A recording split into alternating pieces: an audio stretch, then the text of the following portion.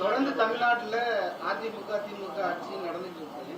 டாஸ்மாக நீங்க உங்க கலிங்கப்பட்டியில ஒழிச்ச மாதிரி வேற ஏதாவது அந்தந்த கிராமத்துல ஒரு பெரிய போராட்டத்தை நீங்க முன்னெடுக்க வாய்ப்பு? முதல்லயே அதுக்குரிய பதில நான் சொல்லிட்டேன்.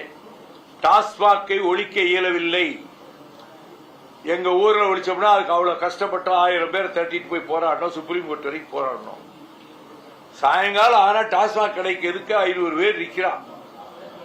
அதை அவ்வளவு எளிதில் ஒழிக்க முடியவில்லை. ஆனால் மது அறக்கடை நிரந்தரமாக நீக்குவதற்கு உரிய சூழ்நிலை ஏற்பட்டால் அதில் எங்களை விட மகிழ்ச்சி அடைவர்கள் யாரும் இருக்க முடியாது.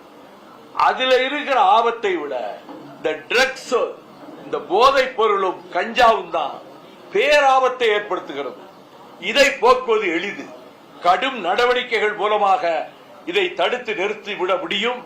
இப்பொழுது நாளுக்கு நாள் வேகமாக வளர்ந்து வருவதா இந்த கட்டத்திலாவது தடுக்க நாம் முனைய வேண்டுமே. எல்லா பொது பிரச்சனைகளுக்கும் போராடிவிட்டோம். இது விசக்காற்று போல